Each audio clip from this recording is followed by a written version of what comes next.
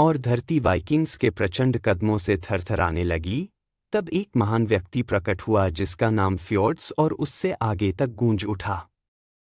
उसका नाम था रागनार लोथब्रोक, जो पुरुषों के दिलों में खौफ और सम्मान दोनों का प्रतीक बन गया। डेनमार्क में जन्मे रागनार एक स्वीडिश राजा के पुत्र थे। उनके प्रारंभिक वर्ष बहादुरी की कहानियों और देवताओं की भविष्योक्तियों से समृद्ध थे। युवा रागनार में रोमांच के प्रति कभी न बुझने वाली प्यास थी।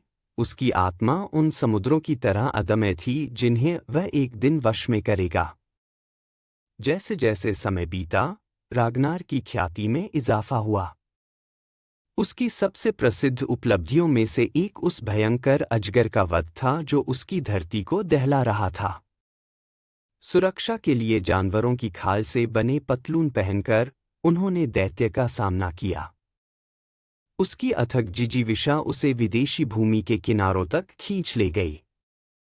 सीन नदी तक एक दुर्जय वाइकिंग बेड़े का नेतृत्व करने के दौरान चरम निराशा में Frankish Raja Charles the bald ने भयभीत वाइकिंग को लौटाने के लिए भारी फिरौती भेंट की।